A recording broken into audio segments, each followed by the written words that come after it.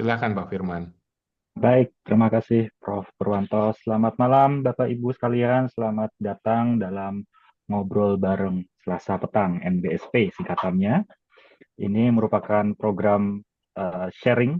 Kita ngobrol bersama dengan topik yang memang pastinya menarik. NBSP ini merupakan program rutin dari program studi doktor Arsitektur Unika Sugiyopranoto Semarang. Mudah-mudahan Bapak Ibu sudah mulai familiar dengan acara ini. Bagi yang memang baru pertama kali bergabung, jadi mudah-mudahan ini bisa memberikan pengalaman baru dan juga sharing pengalaman yang uh, bermanfaat bagi Bapak Ibu sekalian. Dan di sesi kali ini luar biasa, kita juga mendapat dua narasumber yang sangat menarik. Pertama adalah Prof. Yandri Andriatmo. Ya, Prof. Yandi sendiri sudah luar biasa, namanya pasti dikenal ya oleh Bapak Ibu sekalian di kalangan akademisi dan praktisi. Selamat malam Prof. Yandi. Malam, Pak. Ya, terima kasih Prof. Mau bergabung Prof. dalam Siap. acara ini. Ya. Baik, satu lagi narasumber yang juga tidak kalah menarik adalah dari Ibu Ricarda Ratih Sapta Astuti. Mohon maaf, agak sulit namanya di belakang. Tapi beliau ini semenarik adalah mahasiswa S3 dari Unika Sugiyopranoto yang mempunyai latar belakang yang menarik juga, yaitu di bidang perpustakaan. Nah, jadi malam ini kita akan bicara tentang tema tersebut. Nanti Bapak Ibu silakan bergabung untuk saling memberikan tanggapan, memberi pertanyaan, dan sebagainya. Nanti kita akan coba diskusi malam ini. Tapi sebelumnya, kita mendengar dulu sambutan dari Kaprodi, Prof. Purwanto. Untuk malam ini silakan, waktu dan tempat dipersilakan Prof. Purwanto. Ya, baik. Terima kasih Pak Firman. Selamat malam Ibu sekalian semuanya. Terima kasih kepada Prof. Yandi yang sudah 2 bulan yang lalu saya minta untuk hadir di sini di tengah kesibukannya beliau, dan pada saat minggu lalu masih ada di Korea. Saya masih deg-degan ini bagaimana ini acara ini bisa berlangsung gitu ya. Terus kemudian di sesi kedua nanti ada Bu Ricarda Ratih ini eh, di program studi Doktor Arsitektur Konsentrasi Arsitektur Digital ini sesuatu yang unik karena mahasiswanya ada yang dari pustakawan Unika Sugiyopranoto sendiri gitu ya, seperti Mbak Ratih ini sendiri gitu ya. Kemudian juga ada dokter yang kemudian mengambil S3, S2 dan S3 tentang arsitektur.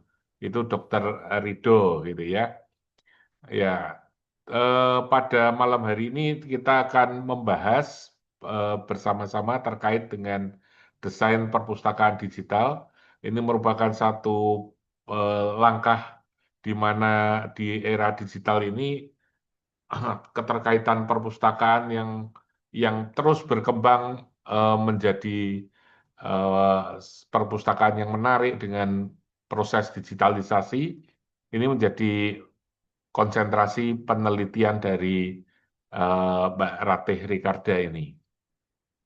Kira-kira itu dari saya. Selamat mengikuti webinar ngobrol bareng Selasa petang yang ke-46, di mana acara ngobrol bareng Selasa petang ini kami adakan setiap bulan, rutin setiap bulan, dan kita akan mengikuti paparan dari Prof. Yandi dan Bu Ratih Ricarda. Terima kasih Ibu sekalian semuanya dan saya kembalikan kepada Pak Firman. Oke, terima kasih Prof. Purwanto. Baik, jadi izin saya Firman dari mahasiswa Angkatan 3 Unika Sugio Pranoto juga untuk akan memandu acara ini. Jadi akan ada 2 sesi paparan. Yang pertama adalah dari Prof. Yandi, nanti akan memaparkan materi yang tentu terkait dengan desain perpustakaan digital ya, terkait dengan judulnya. Nah, nanti ini akan dilanjutkan oleh paparan dari Ibu Ricarda Ratih yang akan memaparkan juga sebenarnya juga terkait dengan judul disertasi beliau nih pastinya nih ya, Bu Ricarda Ratih. Dan nanti sesi berikutnya mohon izin Prof. Yandi bisa memberikan tanggapan terhadap materi yang disampaikan oleh Bu Ricarda Ratih berupa masukan mungkin untuk istilahnya semacam input untuk memperkaya mungkin saat nanti Ibu Ricarda Ratih akan melanjutkan studinya. Nah, dan juga nanti juga tentu saja akan ada sesi tanya jawab untuk para audiens yang hadir malam ini. Nah, jadi eh, saya akan memulai sesi pertama ini dengan sedikit memperkenalkan profil dari Prof. Yandi. Eh, Beliau tentu sudah diketahui sebagai guru besar arsitektur dari Universitas Indonesia yang memang juga mengenyam pendidikan selain di Indonesia, di S1-nya di Universitas Indonesia juga mengambil M.Arts, Deep Arts, dan juga PhD-nya di University of Sheffield di Inggris. Dan Prof. Yandi ini juga banyak sekali memperoleh penghargaan baik di bidang akademis maupun di arsitektur, antara lain misalnya Future Arts Green Leadership Award, kemudian juga ada IAI Jakarta Award, dan sebagainya. Dan yang menarik ternyata banyak tulisan ataupun karya yang dihasilkan oleh Prof. Yandi juga yang sangat terkait dengan perpustakaan. Nah, ini jadi akan sangat inline sekali nih dengan tema malam ini. Nah, jadi oleh karena itu saya persilakan kepada Prof. Yandi bisa untuk berbagi ilmu, Prof. Monggo, Prof. Ya, um, terima kasih nih Bapak dan Ibu semua yang sudah kasih kesempatan ke saya. Em, Sudah betul ya. Waktu itu dikontak cukup lama. Cuman ada beberapa hal yang kemudian membuat acaranya kita agak geser ya, ya Pak ya betul ya. Em, dan em, saya tentu senang sekali bisa bisa berdiskusi dan kemudian mungkin ada banyak hal yang kemudian membuat saya berpikir kembali tentang sesuatu. Dan saya pikir topik hari ini menarik ya bagi saya. Ini saya belum bisa sharing tapi kayaknya sebentar. Oh sebentar, saya sharing ya.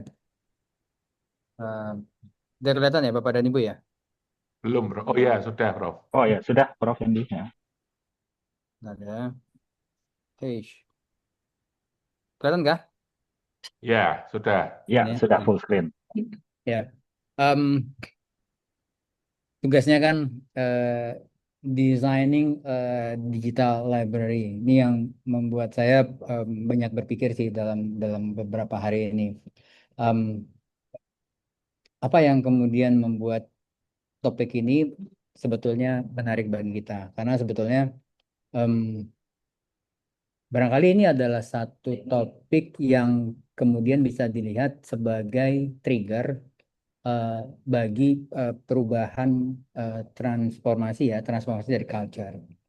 Jadi, library itu secara prinsip kan memang kemudian jatuhnya ke sebuah type dari sebuah bangunan ya, yang kita kita ketahui selama ini. Tapi kemudian saya tidak ingin melihat dari situ, tapi saya ingin melihatnya dari bagaimana kemudian si library itu em, mem- menjadi cerminan dari culture, manakala kemudian dia dia berhadapan dengan kata digital. Nah, di sini yang kemudian dengan demikian sebetulnya eh, si library itu dengan manakala dia berhadapan dengan digital tadi, dia akan mendefine si arsitektur. Nah, ini yang saya akan menyoroti di bagian situ, Bapak-bapak semua, Bapak dan Ibu semua. Bagaimana kemudian thinking dari digital ini eh, mengubah arsitektur yang kemudian kita kita lakukan hari ini dan kemudian eh, spasial seperti apa yang kemudian kita kita hadapi. Nah, saya akan mulai dari Ini sekitar tahun 2024 ya. OMA ya, Remkoolhaas, em, em, si OMA ini dibuka di Seattle ya, si Seattle Public Library. Ada diagram yang kemudian saya coba perhatikan manakala kemudian dia mendesain si library yang ada di OMA itu. Nah, em, memang ini mohon maaf nih, saya tidak sempat untuk mendapatkan image yang tajam, tapi eh, gambarannya kira-kira di bagian kiri itu kita bicara tentang bagaimana kemudian si library itu identik sama buku. Selama ini kan kita memang mengatakan demikian ya. Jadi kalau kita bicara tentang perpustakaan, maka kemudian tuh kalau dulu eh, istilahnya disitulah kemudian buku-buku itu dikumpulkan. Atau kalau saya berhadapan dengan anak-anak SD dan seterusnya, kita akan mengatakan itu kumpulan buku dan kemudian gampang diselipkan kemudian menjadi gudang buku dan seterusnya, akhirnya jadi gudang beneran. Nah, eh, tapi kalau di sini dilihat apa yang kemudian dilakukan diagram yang disampaikan oleh si Rem Koolhaas ini, itu kan ada tahunnya ya Bapak dan Ibu di bagian bawah dan kemudian di bagian yang kanan itu bagaimana kemudian buku itu kemudian berubah, buku, maps dan seterusnya dan kemudian semakin ke kanan sebenarnya ada banyak hal yang kemudian eh, terjadi dan yang identik dengan apa yang kemudian kita sebut sebagai si perpustakaan itu. Jadi perlahan sebetulnya kata buku itu menjadi kecil dari manakala kemudian kita mempelajari perpustakaan-perpustakaan yang kemudian ada. Ada banyak hal yang kemudian terjadi di library itu yang membuat sebenarnya buku itu bukan bukan menjadi hal yang sangat signifikan untuk kemudian dibahas, tetapi yang lainnya. Nah, em, diagram yang lain juga sebetulnya eh, bicara hal yang sama, Bapak dan Ibu. Di situ em, kita bicara tentang bagaimana kemudian perubahan yang kemudian terjadi dari tahun ke tahun terkait dengan si public library. Di kiri itu kan kita dulu biasanya kan bicara tentang apa koleksi ya. Kita bicara tentang koleksi, kemudian kita bicara tentang isi dari koleksi itu seperti apa dan terusnya. Tapi kemudian di bagian kanan itu eh, bahasan-bahasannya itu menjadi lebih kecil, lebih kecil, lebih kecil lagi sehingga di sini yang kemudian oh ternyata ada hal yang eh, ada hal yang sangat berubah tentang pemahaman kita eh, manakala kemudian dia berhadapan dengan culture dengan apa yang kemudian terjadi dengan ruang hidup kita. Nah, ini yang kemudian dicoba dilihat ya oleh si Rem Koolhaas ini dan makanya kemudian em, dia coba lihat kemudian koleksinya dari Sri Library itu.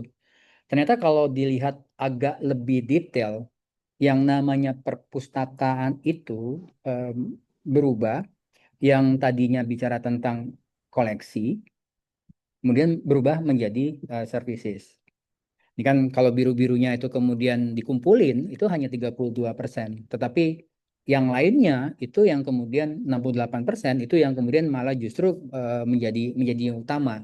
Sehingga eh, dengan kata lain sebenarnya si Remco Haas, si Oma itu ingin mengatakan ini ada shift loh. Artinya saya kalau kemudian eh, mendesain perpustakaan itu tidak bisa lagi ngambil pemahaman kita tentang tipologi, mencari esensi bahwasanya perpustakaan itu adalah tempat di mana koleksi buku atau pengetahuan dan seterusnya, tanda kutip yang kemudian konkret dan seterusnya. Ada banyak hal dari pengetahuan-pengetahuan atau informasi-informasi atau data-data itu yang kemudian diakuisisi dengan cara yang berbeda. Koleksi itu kemudian menjadi cuma satu hal yang kemudian bukan lagi sesuatu yang kemudian dominan di sini. Nah, ini yang menarik adalah kemudian dari sini dia mencoba untuk membangun programmingnya. Nah, em, ini tahun 2024, tahun 2004 ya, Bapak dan Ibu. Manakala kemudian si programming dari si library itu dibangun atas dasar bukan atas dasar pemahaman tentang si koleksi itu. Nah, kemudian kan eh, di dalam perkembangannya kan digital menjadi lebih hebat ya.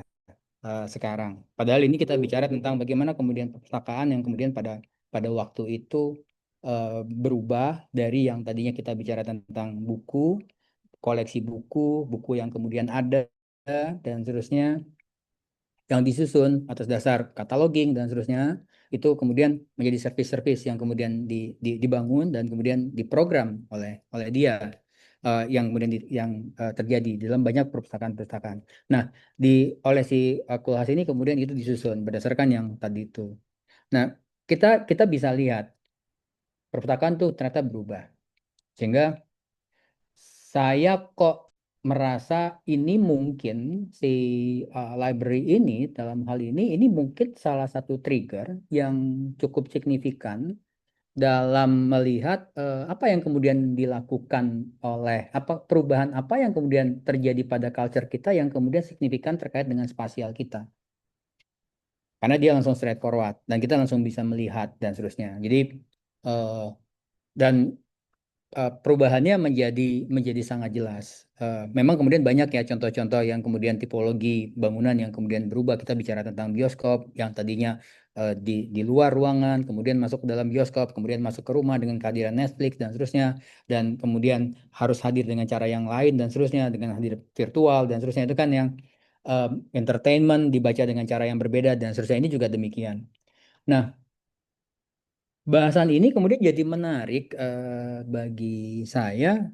Ini saya ingat kemudian tadi itu setelah baca, setelah melihat apa yang kemudian disampaikan oleh si Remko Has itu, ini mungkin Bapak dan Ibu masih ingat ya bukunya si City of Beat-nya si Michelle ini ya, William. Dia ada bagian yang sebetulnya pada kala saya coba coba lihat lagi. Nih, udah lama sih saya melihat buku ini dan waktu itu bacanya scanning dan kemudian ini saya coba baca lagi dan secara spesifik saya mencari ada nggak sih dia ngomongin tentang si library ini secara signifikan. Ya mungkin dari sana kita bisa kita bisa membangun eh, proposisi tentang si digital ini. Kalau memang si City of Bits ini argumennya bagaimana kemudian kota itu berubah atas dasar pemahaman akan bits, kan kita bicara tentang kekuatan digital. Artinya mungkin barangkali banyak hal yang kemudian kita bisa gali di sini tentang perubahan-perubahan yang kemudian terjadi, yang kemudian signifikan terkait dengan bagaimana kemudian digital library itu mengubah kehadiran arsitektur. Makanya kemudian tadi itu di judulnya tadi itu eh, saya mengacunya kepada ini barangkali kaitannya bagaimana kemudian kita nge-redefine si arsitektur. Nah, ini kan saya berangkat ke UK itu di tahun 99. Pada waktu itu, ini kita bicara tentang UI ya. UI, Fakultas Teknik UI itu baru mau sedang membangun perpustakaan kecilnya di FT, namanya di perpustakaan fakultas. Pada tahun 2006-2007, UI kemudian baru membangun perpustakaan yang sekarang menjadi besar itu. Tapi kalau kita baca apa yang kemudian disampaikan oleh si buku City of Beats ini ada ada chapter yang menarik ini. Dia bilang pada awal tahun 1990 itu si Columbia University itu mereka menggagalkan ya men-scrap si bangunan tentang si perpustakaan si hukum mereka. Ini kan menarik ya.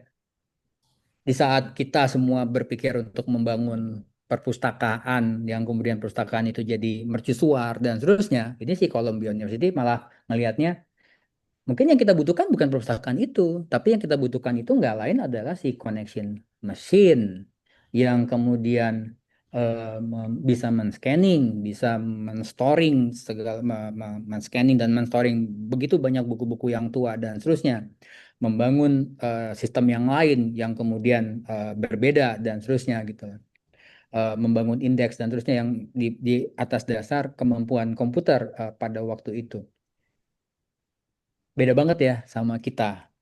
Ini kan ini kan tentang vision. Jadi eh, gara-gara teks ini saya balik lagi ya, akhirnya baca lagi apa yang kemudian menarik dari si buku si City of Beats ini. ternyata dia pada waktu dia menulis buku ini ada bagian yang sangat menarik gitu loh. Dia simply melihat, ternyata komputer saya itu, alat yang saya punya itu sangat powerful. Laptop saya itu ternyata sangat powerful. Ini dia bicara pada waktu itu masih belum ada WiFi seingat saya. Ini waktu itu kan kita masih bicara tentang kalau saya ingin connect email dan seterusnya kan mesti pakai LAN dan kemudian sistem yang itulah yang artinya mesti plug in dan seterusnya. Nah, si laptop itu membuat material yang ada pada sebuah tempat sebagai sebuah objek itu tidak menjadi lebih penting daripada data dari si objek itu yang kemudian bisa diubah menjadi material yang lain. Dengan demikian, sebetulnya material yang saya butuhkan on situ itu kemudian bisa saya bawa, bisa saya pindahkan ke laptop saya sehingga saya bisa bekerja dimanapun. Ini kan yang, nah dia kan mulai dari situ gitu loh. Oh, jangan-jangan kalau kita mulai dari sana, dari berpikir itu, kalau material itu kemudian bisa dipindahkan ke laptop dan data dan seterusnya tadi itu ya bits tadi itu dan bits itu kemudian punya meaning ke saya gitu ya. Ini kemudian berimplikasi pada hal-hal yang lainnya gitu loh. Nah, dengan kata lain sebetulnya si Michelle ini ingin mengatakan kalau si net jaringan networking itu lagi menegate geometri.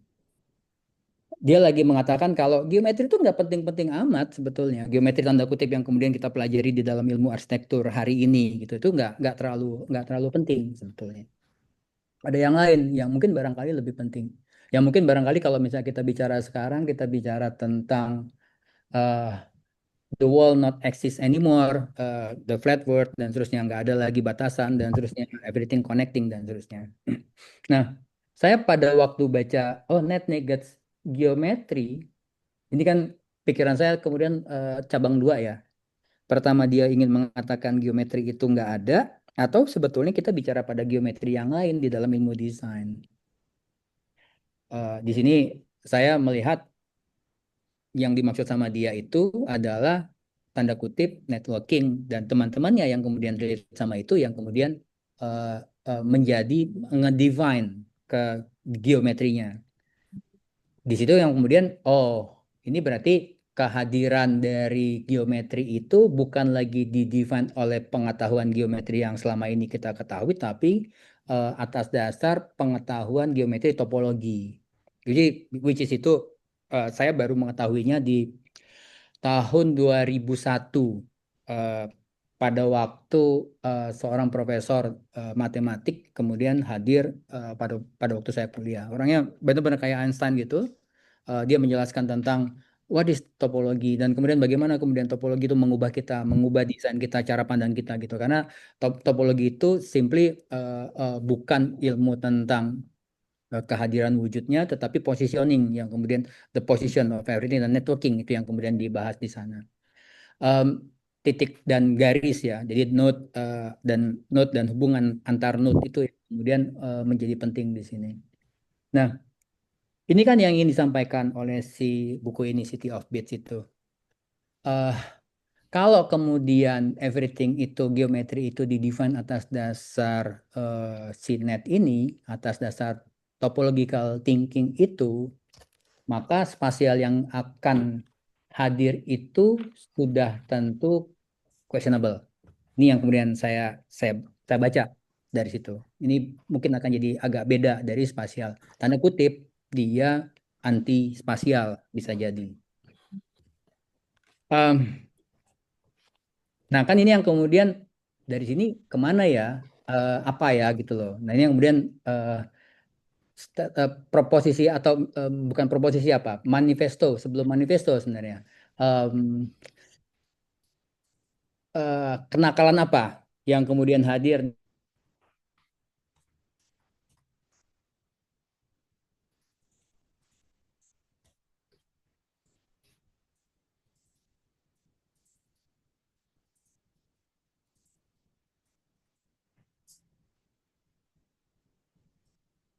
Jaringan Prof Yandi mungkin tidak stabil ya. Freeze ya? Atau dari sinyal saya? Emang Prof Bukan, Yandi ya? kelihatannya Prof Yandi. Nggih. Oh, nggih. Oke, baik. Pak Ibu, mungkin kita tunggu sebentar ya. Mungkin jaringannya akan kembali stabil dari Prof Yandi. Mudah-mudahan segera bisa bergabung kembali.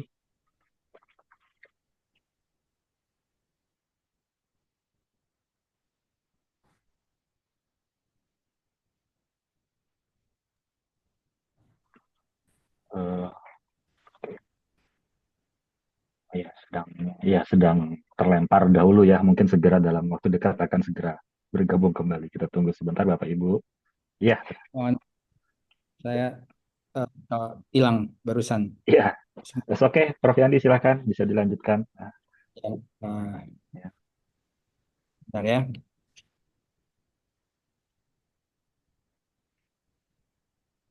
Tapi nggak kelihatan slide show. Udah kelihatan nggak slide show-nya? Nggak dapat Eh, ya? belum muncul, Prof. Bentar. Saya harus matikan dulu semua. Dari Bapak. Eh, saya harus ulangin. Sorry, internetnya kayaknya. Ya, sudah. Ya, sudah muncul, Prof. Sudah muncul ya. Sekarang sudah aman? Aman, Prof. Sudah. Silahkan, Ya. Prof. Ya. Ya. Sorry, maaf. Tadi suara saya sampai mana? Sampai ke. Nah, dengan demikian maka kemudian si spatiality yang baru ini kan yang kemudian kita kita bahas. Nah, di sini yang sebenarnya saya ngelihat, oh berarti arsitektur itu berkembang in a way. Karena cara berpikirnya memang dimulai atas dasar, di-trigger atas dasar sesuatu yang kemudian berbeda. Nah, ini yang kemudian spasial ini, anti spasial atau whatever lah yang kemudian yang disampaikan oleh si misal tadi itu memang dia ingin mengatakan ini anti spasialnya atau spasial yang kemudian jadi anti spasialnya itu berubah dari sebelum bits hadir dengan kehadiran bits. Sebelumnya di dalam arsitektur kita bicara tentang fasad, maka dengan kehadiran bits, maka kita bicara tentang interface. Itu kenapa kemudian uh, user UI UX ya, user interface, user experience itu jadi penting dan itu kan ilmu desain yang kemudian dibahas itu. Kemudian bicara tentang bekerja itu bukan bekerjanya yang lebih penting, tetapi networknya yang kemudian menjadi lebih penting di sini. Balik ke tadi tuh tentang buku gitu ya. Kita bicara tentang bookstore itu yang tadinya hadir atas dasar objek yang kemudian sangat jelas dan semua ini kan di bagian kiri kan kita ini manakala kita ngelihat perpustakaan ya itu ada fasad, ada bagaimana kita bekerja di dalam perpustakaan dan seterusnya atau ada buku-buku yang kemudian terstore dan seterusnya gitu ya. Nah, kemudian kita bicara tentang bookstore di sini. Nah, yang menarik adalah eh, stack stack itu kemudian berubah jadi server. Ada yang bocor ya Bapak? Iya, stack itu kemudian berubah jadi server. Nah, fasad berubah menjadi interface, web menjadi network, bookstore menjadi big store, stack menjadi server. Ini bagi saya nih perlu kita lihat agak lebih detail. Dan ini menarik yang, orang ini kok jago banget ya. Saya jadi penasaran sebetulnya sama sama dia. Sebenarnya dia siapa gitu. Karena dia yang saya ketahui adalah dia adalah seorang dosen arsitektur. Tapi ternyata dia memang betul memiliki latar belakang ilmu komputer. Sehingga dia paham betul gitu loh. Dan dia artinya menganalogikan dengan sangat baik bagaimana kemudian perubahan dari padahal dia dimulai dengan pandangan saya ya, pemahaman saya, manakala kemudian tadi itu yang komputer dan laptop yang kemudian dari dirinya, tapi kemudian dia bisa melihat itu terrefleksi pada kota dan kemudian bagaimana kota itu bekerja dan seterusnya. Nah, em, sehingga sebetulnya ada banyak hal yang kemudian jadi penting gitu loh. Kalau kemudian perpustakaan itu nggak eksis lagi karena kemudian dia menjadi tanda kutip anti spasial sebagai karena kita berada di arsitektur ya, Bapak dan Ibu. Berarti kan sebetulnya kita baca bisa di mana aja. Hari ini saya pakai laptop saya atau saya pakai HP saya baca dan seterusnya. Ini saya sedang berada di perpustakaan atau saya sedang berada di perpustakaan, tanda kutip perpustakaan yang kita ketahui selama ini bagian dari tipologi, atau sebenarnya saya lagi berada di dalam perpustakaan yang lain. Ini kan yang kemudian karena reading itu bisa anywhere. Nah, kalau misalnya begitu, ini perubahan apa dan kemudian signifikannya apa gitu. Tapi memang kemudian jangan-jangan yang dilakukan oleh si Oma tadi itu menjadi oke banget karena dia sebetulnya melihat ini secara signifikan memang si buku itu kemudian berevolusi, dia memang kemudian berubah, bertransformasi gitu. Nah, di kalau bicara tentang hari ini kan kita bicara tentang baca itu dimanapun, informasi itu ada dimanapun. Eh, Hari ini kadang-kadang saya tidak tahu eh, bagaimana kemudian informasi itu diakuisisi dan kemudian informasi itu memfeeding society karena kemudian ada AI yang kemudian bantu kita dan seterusnya. Eh, Posisi si library itu sebetulnya adanya itu di mana? Ini kan. Jadi pertanyaan apakah kemudian si digital library ini sebagai eh, sebuah topik itu relevan untuk kita bahas atau sebetulnya ini menjadi nggak relevan lagi. Itu kan yang kemudian ini masih oke nggak sih dibahas di sini? Atau sebetulnya itu adalah trigger bagi pemicu banyak hal yang kemudian kita bahas selanjutnya. Dan jangan-jangan ini jadi oke gitu loh kalau kita lihat makanya kemudian di sini si digitalnya kemudian saya coba kurung ya gitu ya. Eh, karena dia membawa sedemikian banyak kontradiksi satu sama lain. Karena library yang kita ketahui itu sangat konkret, sementara manakala kemudian dia menjadi digital library, dia menjadi sangat tidak konkret dan seterusnya. Nah, tapi saya baca ini, Bapak, Bapak dan Ibu gitu loh. Eh, Kalau menurut si Stephen Hall, jadi eh, eh, masih ada library itu signifikan harusnya karena dia itu justru serve differently. Nah ini kan artinya kan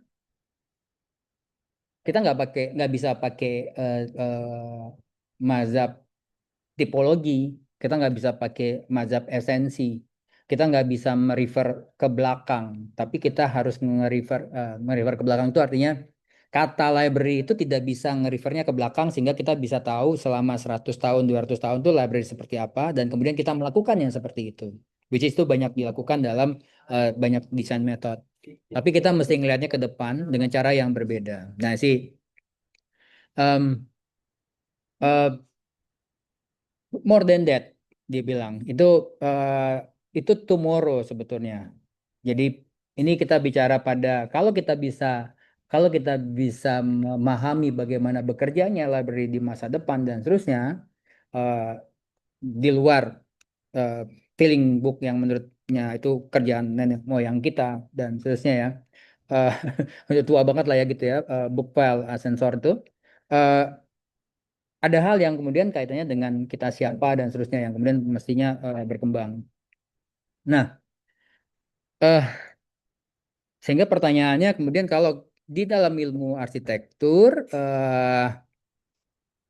kita sebetulnya melihatnya bagaimana terkait dengan si library ini. Apakah em, digital library itu fundamentally bicara tentang system of information acquisition atau sebenarnya dia bertransformasi eh, menjadi muka yang berbeda secara spasial. Tadi tuh yang saya bilang karena sebenarnya si misal itu dia mengatakan ada anti spasialnya yang kemudian bekerja. Makanya kemudian bicara tentang akuisisi informasi itu relevan kemudian di sini. Nah, em, ini yang kemudian ya nggak usah panjang-panjang ya Bapak dan Ibu ya. Ini yang kemudian saya coba rangkum dari pemahaman saya tentang bagaimana kemudian shifting dari si library programming ini. Artinya gini loh, kalau sistem mengatakan kalau library itu masih punya dan akan tetap punya dan seterusnya, dan itu adalah hal yang fundamental penting bagi kita, sudah tentu ada yang kemudian berubah dari sana. Itu kan secara prinsip kan itu ya, dan tentu ada berubah. Dan kemudian berubahnya seperti apa? Dan kalau kemudian bits itu yang dikatakan oleh si misal itu penting gitu ya, maka kemudian bagaimana dia kemudian berubah? Ini yang kemudian saya coba lihat kiri dan kanannya gitu ya. Yang pertama kita bicara tentang si library, selama ini itu bicara tentang koleksi dari buku, itu betul ya. Kemudian kita bicara tentang katalog yang kemudian bekerja di sana. Kemudian kita bicara pada physical archiving-nya, textbook dan seterusnya. Saya pernah eh, dulu waktu pas sekolah di Sheffield itu saya paling doyan tuh masuk ke lantai undergroundnya di lantai 3 karena saya menemukan sedemikian banyak buku-buku yang atau majalah-majalah yang 40-50 tahun yang lalu yang cikal bakal eh, pertarungan arsitektur modern. Dan itu saya baca itu tuh menarik sekali gitu. Bagaimana kemudian mereka bertarung tentang ideas dan terusnya, manifesto apa yang kemudian mereka perjuangkan dan seterusnya dari banyak hal gitu ya. Yang itu adanya di bawah gitu. Sehingga eh, manuver di antara stacking itu karena baca satu-satu, kemudian lihat, kemudian baca baca judulnya, baca baca pengantarnya, baca sinopsisnya, abstraknya dan seterusnya satu-satu itu yang kemudian menyenangkan sehingga saya bisa manuver satu tempat dengan tempat yang lain yang kemudian ngambil beberapa buku kemudian diam di corner di lantai basement itu beberapa hari kemudian di situ saja gitu lah. Dan kemudian juga bicara tentang human to human services sama bagaimana kemudian library menjadi fokus dan centralized. Itu kan uh, perpustakaannya apa? Kita datang ke perpustakaan itu, kemudian dia tersentralized di situ dan seterusnya. Nah, hari ini uh, programming dari si library itu terutama dengan kehadiran bit dan digital itu menjadi berubah, Bapak dan Ibu. Yang sudah tentu kemudian itu kan tadi itu kalau si Rem Koolhaas itu tadi itu kan kemudian mencoba ngelihat ya bagaimana kemudian buku berubah, artinya kan yang kiri ini perlahan kan ditinggalkan. Kita bicara tentang koleksi of data objects. Jadi bukan si objeknya tanda kutip bukunya kertas karena kertas sudah ditinggal gitu, tapi kemudian si data dari si objek itu yang kemudian kita bisa bawa anywhere. Ini bicara tentang kehadiran PDF dan terusnya. Kemudian kita bicara tentang metadata structure. Ini kalau Bapak dan Ibu biasa eh, mem- mem- melihat jurnal dan seterusnya, itu keywords itu relevan bagi kita untuk kemudian kita dapetin dan seterusnya. Nah, ini yang penting itu adalah manakala kemudian si metadata structure ini dihadirkan di situ. Sama Portico ya, digital preservation ini. Cloud dia hadir terus-menerus tanpa dia eh, nggak takut kebasahan, nggak takut kelembapan dan seterusnya. Dia hadir. Yang selanjutnya itu adalah bagaimana kemudian human dan bagaimana kita dengan si mesin itu integrate dalam satu integrate services kita satu kesatuan. Dia interconnected dengan kehadiran AI dan seterusnya, pengetahuan cara kita kemudian mengakuisisi pengetahuan kebutuhan pengetahuan kita dan kemudian mendapatkan informasi itu menjadi satu kesatuan di sini. Uh, Library-nya berada di mana dan seterusnya kita nggak terlalu khawatir lagi. Saya taunya ada di mana, pengetahuan itu ada di mana. Saya nggak terlalu khawatir lagi. Ini kan beda pada waktu dulu tuh kalau misalnya saya menemukan, saya membaca sebuah paper, kemudian di bawah paper itu saya baca bibliografinya, kemudian ada satu satu paper yang kemudian saya ternyata saya anggap penting, saya cari di perpustakaan saya di waktu itu di UK di Sheffield, nggak ada, maka saya harus kontak si British Library. Mereka akan carikan sampai akhirnya kemudian nanti begitu dapat mereka akan kopikan dan kemudian dikirimkan ke tempat saya sehingga saya bisa terkoneksi dengan itu. Nah, itu butuh beberapa hari. Dia nggak real time. Nah, hari ini kan everything menjadi real time sehingga tugas kita sebetulnya lebih sederhana untuk kemudian mengakuisisi pengetahuan dan kemudian membangun positioning, membangun argumen atau mendapatkan sintesis yang kita inginkan. eh, library juga shifting yang tadinya fokus pada satu hal dan seterusnya. Itu kan kita tahu ya, misalnya library tentang A, B, C atau misalnya nama siapa dan seterusnya gitu ya, yang tentang bahasannya tentang siapa dan seterusnya. Hari ini library itu terfragmented dan terconnected. Itu oke gitu loh, karena nggak harus everything itu in one place, karena dia bisa saja berada di mana-mana dan kemudian ada sistem yang kemudian bisa mengkoneksikan apapun itu.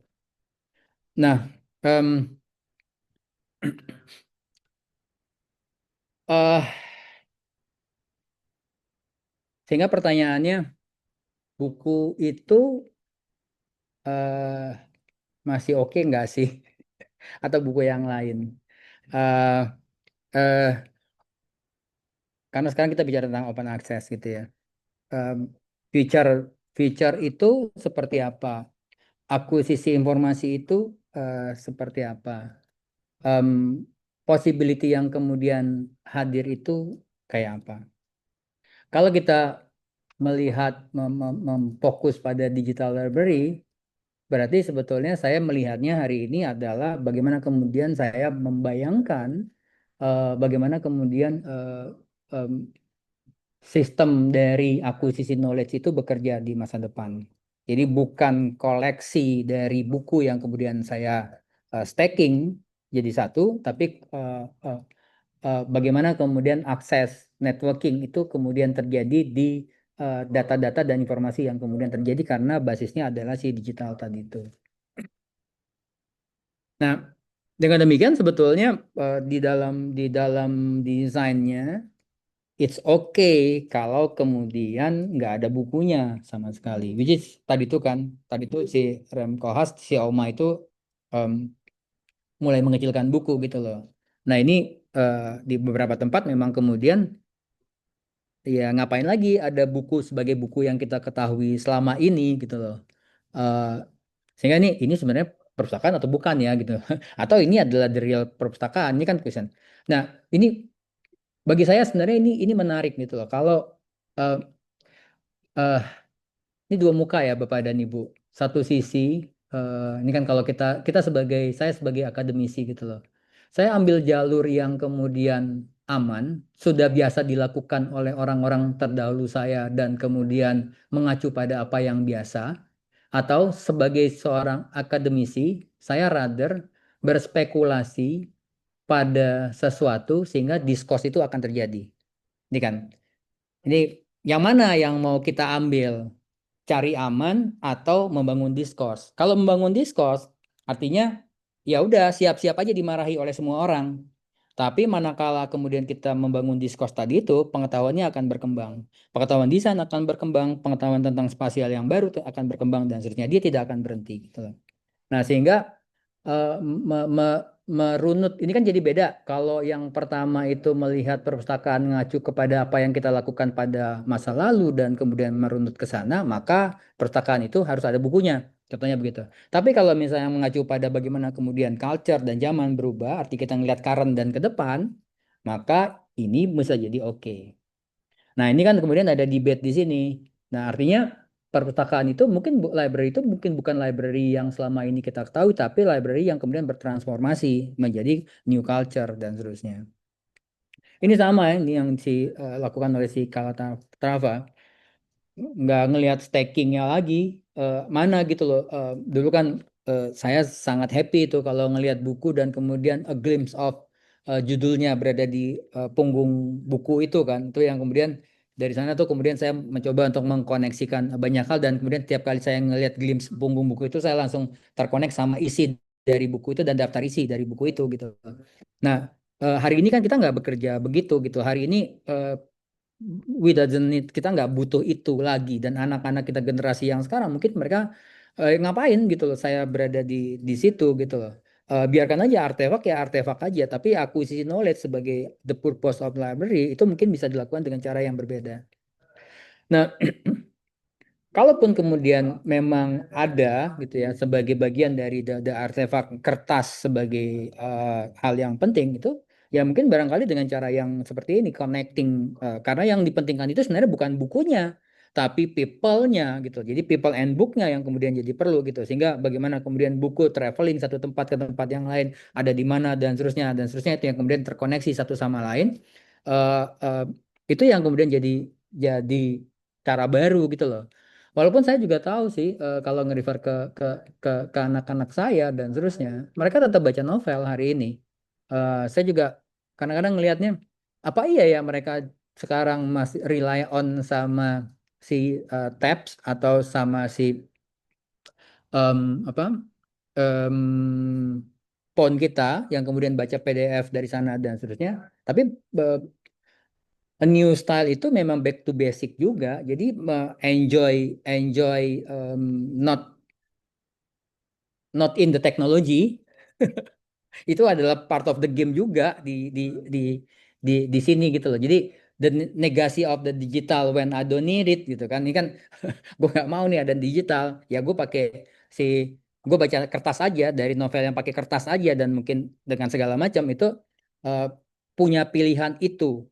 Eh, artinya fast and slow, eh, em, eh, pause and speedy dan seterusnya itu terjadi gitu loh di dalam dunia ini gitu loh terkait dengan si library ini.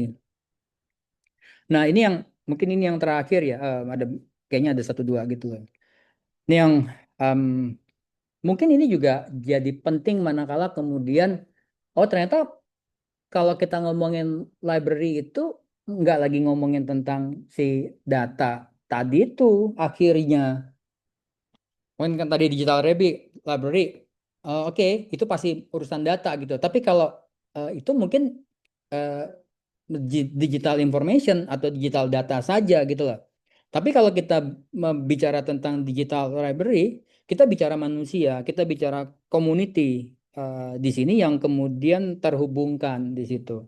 Ada kalau tadinya bicara tentang collection base, sekarang menjadi user focus. Tadinya bicara tentang storage of books, sekarang bicara tentang community hub, multiple function dan seterusnya. Kita bicara services untuk apa dan seterusnya. Art service itu artinya eh, ya gue cuma pengen hangout aja sama sama teman-teman gue untuk kemudian berjibaku dan nyampah bareng dengan objek yang sama yang kemudian saya bahas di situ. Karena everything else itu saya tidak lagi menjadi orang nerd yang dengan kacamata tebal yang membawa buku dan kelihatan pintar. Nggak harus seperti itu sekarang. Tapi hangout itu, services itu dengan makanan, dengan minuman, dengan apapun itu olahraga dan itu multiple function itu yang kemudian terjadi. Em, ya artinya eh, kita nggak bicara tentang koleksi di sini, tapi kita bicara tentang activities di sini. Saya pikir ini yang menjadi peran utama kenapa si digital library ini mesti menjadi bagian dari society hari ini karena dia adalah cerminan, adalah trigger, adalah satu case yang memperlihatkan bagaimana perubahan yang signifikan dari yang tadinya kita melihat analog sebagai the way of our life, kemudian berubah menjadi bits, menjadi the way of our life, digital. Nah, kehadiran library ini ternyata tetap relevan di sini asalkan dia memenuhi syarat-syarat tadi itu. Sehingga itu kenapa kemudian banyak tempat gitu ya open space itu oke gitu loh. Nggak apa-apa free indoor landscape itu oke atau uh, ini yang di Helsinki ya, COD Library ini kan kelihatan di situ ada studio, ada group working, ada office, meeting area, ada makerspace. Kenapa mesti ada makerspace yang anak-anak kemudian bisa bikin segala macam di situ and it's called library. Nah, ini kan yang kita bicara tentang bagaimana kemudian membangun digital itu membangun kemampuan making straight away dalam pikiran kita. Jadi kalau dulu saya punya ide, maka kemudian saya harus uh, describe ide itu lewat um, komunikasi, lewat representasi, dan kemudian itu dikerjakan oleh orang lain, oleh kita, whatever caranya dengan analog dan teman-temannya. Tetapi hari ini ideas itu bisa disimulasikan dan kemudian terjadi secara langsung karena sudah ada si digital printing dan seterusnya. Nah, ini kan yang perubahan-perubahan ini yang menurut saya perlu dilihat dari bagaimana kemudian si digital library ini mentransformasi kehadiran kita. Dan saya kehadiran arsitektur kita. Dan saya melihat arsitektur kita mestinya berubah. Digital arsitektur, digital library dalam hal ini itu mestinya menjadi hal yang penting untuk kemudian dilihat dan kita bisa memposisikan kapan dia memang kemudian harus low tech, kapan kemudian low tech tanda kutip ya everything by manual dan seterusnya, karena ada artefak yang kemudian masuk ke dalam sistem dan seterusnya disimpan, dikatalogkan, atau kapan dia mesti masuk ke dalam bagian preservasi digital dan seterusnya. Ini penutup ya, sehingga ini yang penting bagi saya. Kalau kemudian digital, mungkin waktunya ya digital library itu memang perlu kita bahas menjadi bagian dari pengetahuan yang kemudian berubah. Memang kemudian harus siap melihat bagaimana kemudian geometri, tanda kutip geometri yang kemudian kita masuk itu menjadi ditinggalkan, tanda kutip, karena yang kemudian menjadi penting adalah kemudian bagaimana kemudian network baru itu membangun new geometri kita. Terima kasih. Pak Firman, itu rasanya slide terakhir saya. Iya. Ya. Oke, baik. Terima kasih. Ya, terima kasih banyak Prof. Yandi. Luar biasa sih membuat kita jadi berpikir ulang tentang perpustakaan itu seperti apa sebenarnya di saat sekarang, Prof. Yandi. Nah, nanti yang menarik juga mungkin nanti kita akan lihat dari Bu Ratih ya. Tapi sementara itu sebelum kita masuk ke pemateri kedua, ada video dari Unika Sugiyopranoto terkait informasi yang mungkin berguna bagi Bapak Ibu. Silakan, Prof. Pur.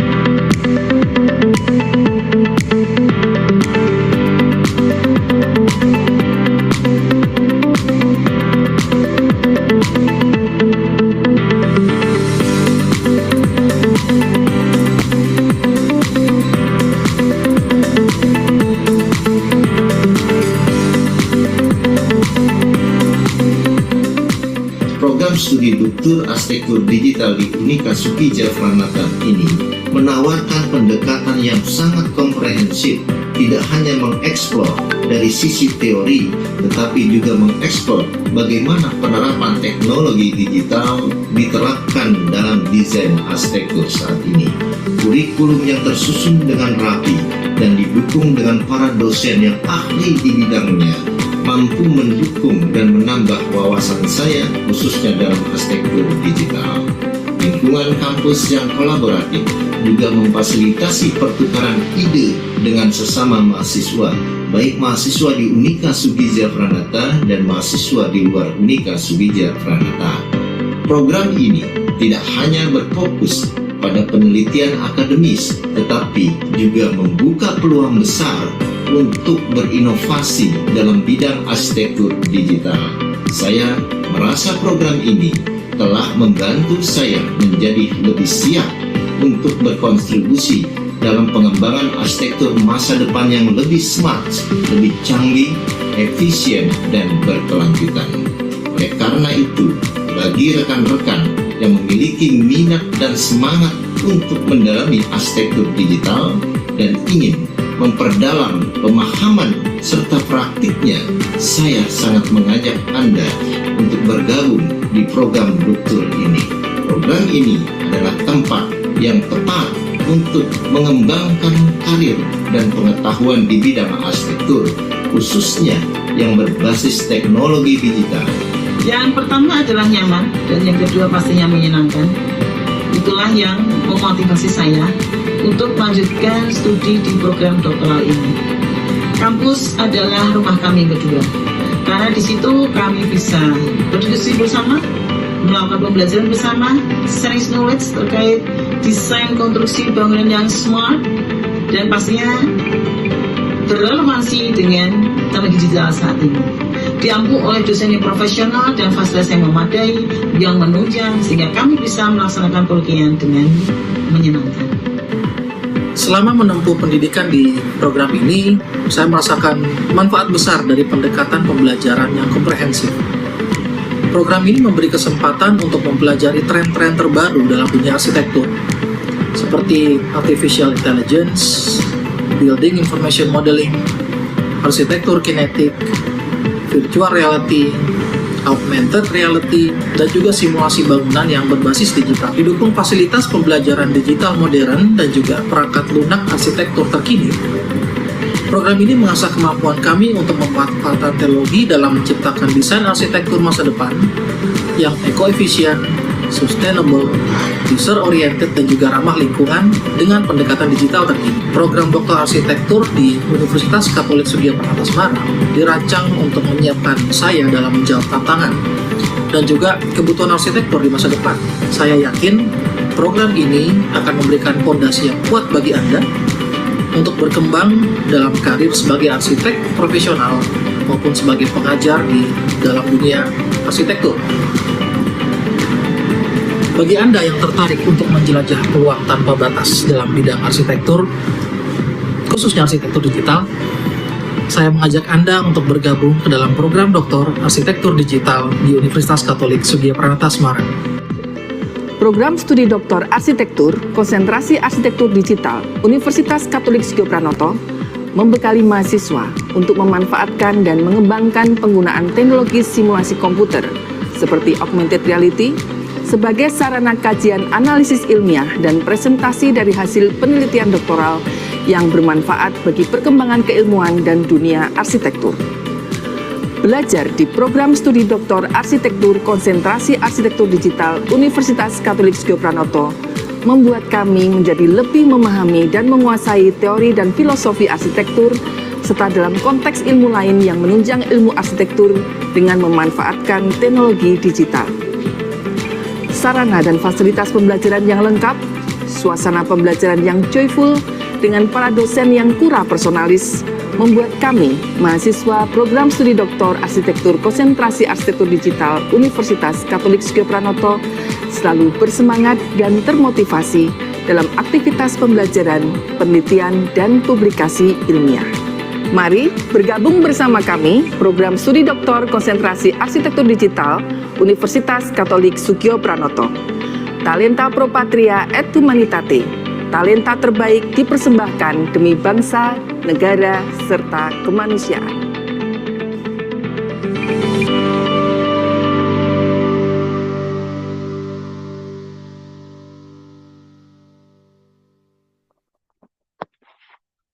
Ya, baik. Terima kasih Prof. Pur atas video promosinya. Jadi bagi Bapak Ibu yang mungkin ada kerabat atau rekan-rekan bisa mempertimbangkan juga untuk kuliah lanjut misalnya di S3 Unika Sugio Pranoto. Nah, tapi sebelum kita lanjut ke materi yang kedua dari narasumber Ibu Ricarda Ratih, mungkin sekilas profil dari Ibu Ricarda Ratih ini merupakan mahasiswa S3 angkatan keempat ya di Unika Sugio Pranoto, dan beliau juga memang memiliki kedudukan sebagai kepala perpustakaan di Unika Sugio Pranoto. Bahkan memang beliau juga sudah sempat memperoleh penghargaan, ya Bu Rati ya, luar biasa Bu Rati ini. Dan sekarang mulai masuk juga ke bidang arsitektur, sehingga kita akan melihat suatu kombinasi yang menarik mungkin dari pengetahuan Bu Ratih di pustakawan dan juga sebagai mahasiswa arsitektur di disertasinya. Nah, oleh karena itu saya persilahkan kepada Ibu Ratih bisa sharing Bu Ratih mengenai risetnya. Monggo Ibu, silakan. Ya, baik. Selamat malam, Prof. Yandi, Prof. Pur, Pak Firman, terima kasih. Selamat malam, Bapak Ibu yang sudah berkenan hadir pada malam hari ini di Ngobrol Bareng Selasa petang.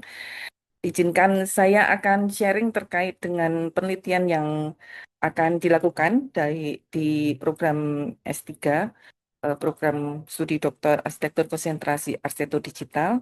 Izin share screen terlebih dahulu.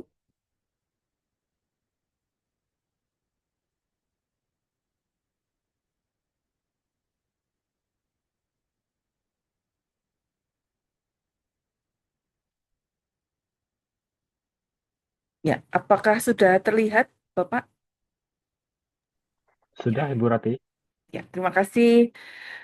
Bapak Ibu, sebelumnya sudah diperkenalkan Pak Firman bahwa saya Rika Herati Sabta Astuti, salah satu mahasiswa angkatan keempat program studi Doktor Arsitektur konsentrasi arsitektur digital yang memang bidang ilmunya tidak murni arsitektur, tetapi saya bidang ilmunya lebih ke perpustakaan dan sangat tertantang ketika ingin mendalami lebih jauh lagi terkait dengan arsitektur, terutama arsitektur digital, yang nanti juga bisa diimplementasikan di perpustakaan.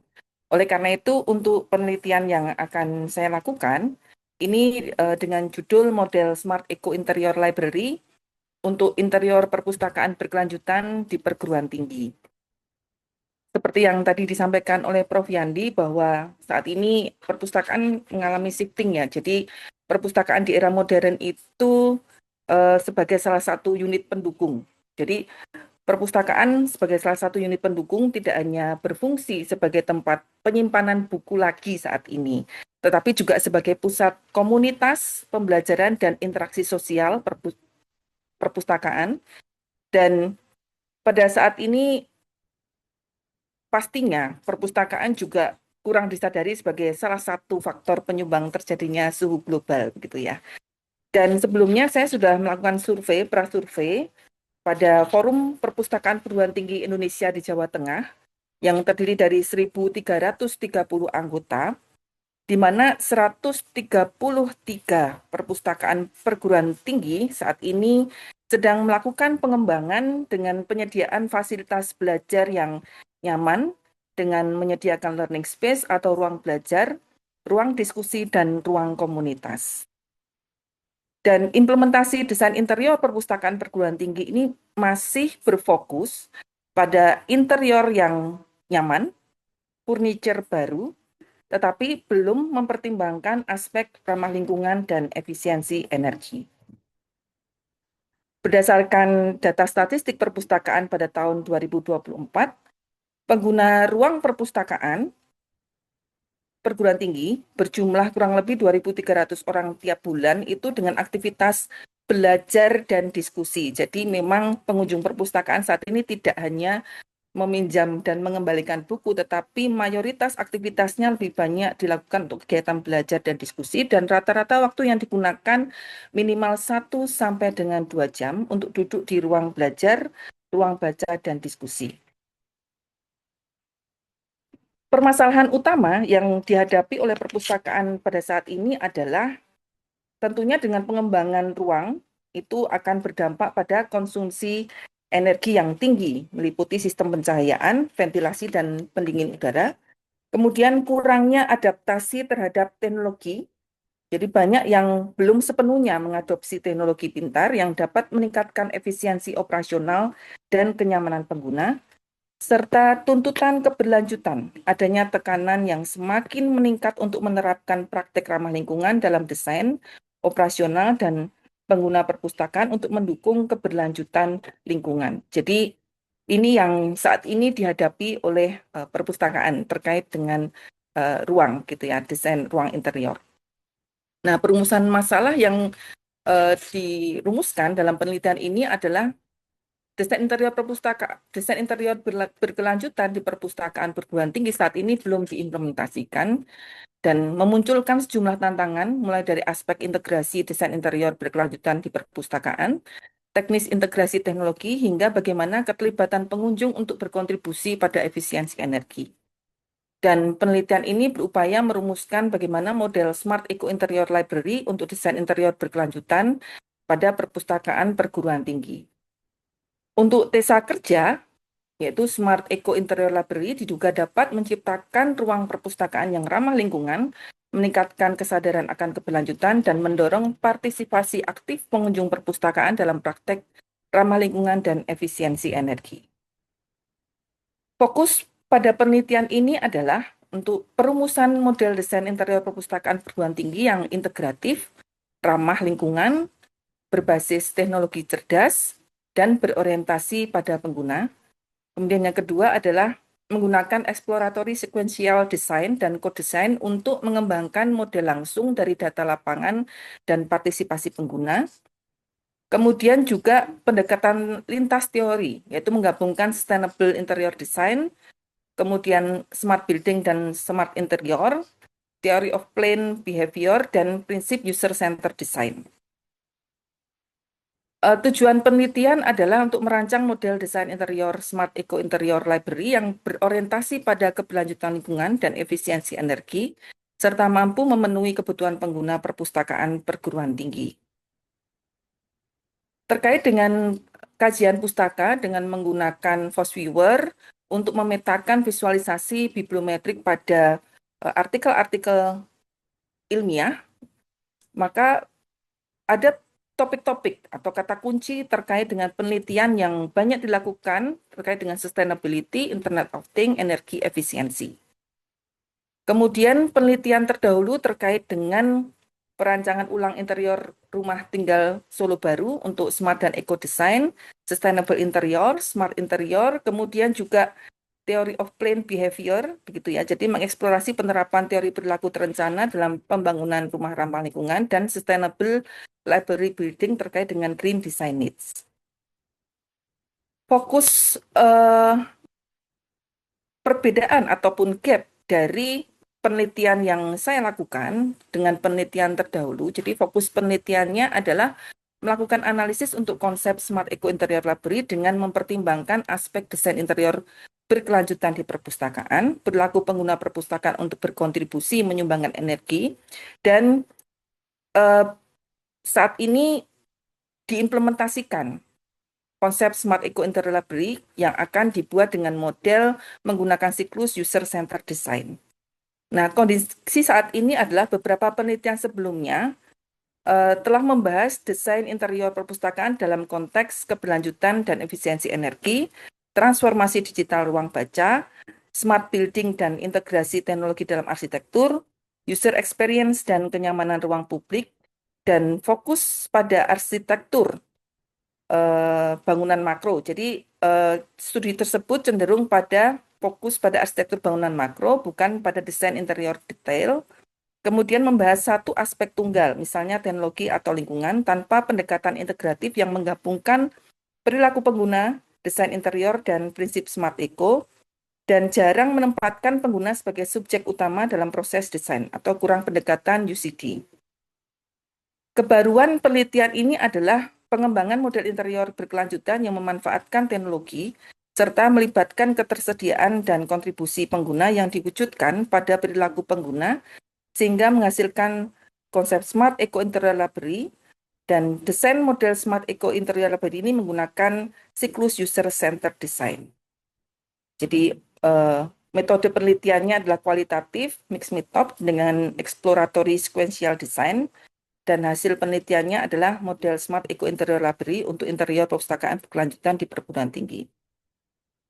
Gap yang berhasil diidentifikasi, yang pertama adalah belum ada model interior perpustakaan yang mengintegrasikan teknologi keberlanjutan dan perilaku pengguna dalam satu sistem.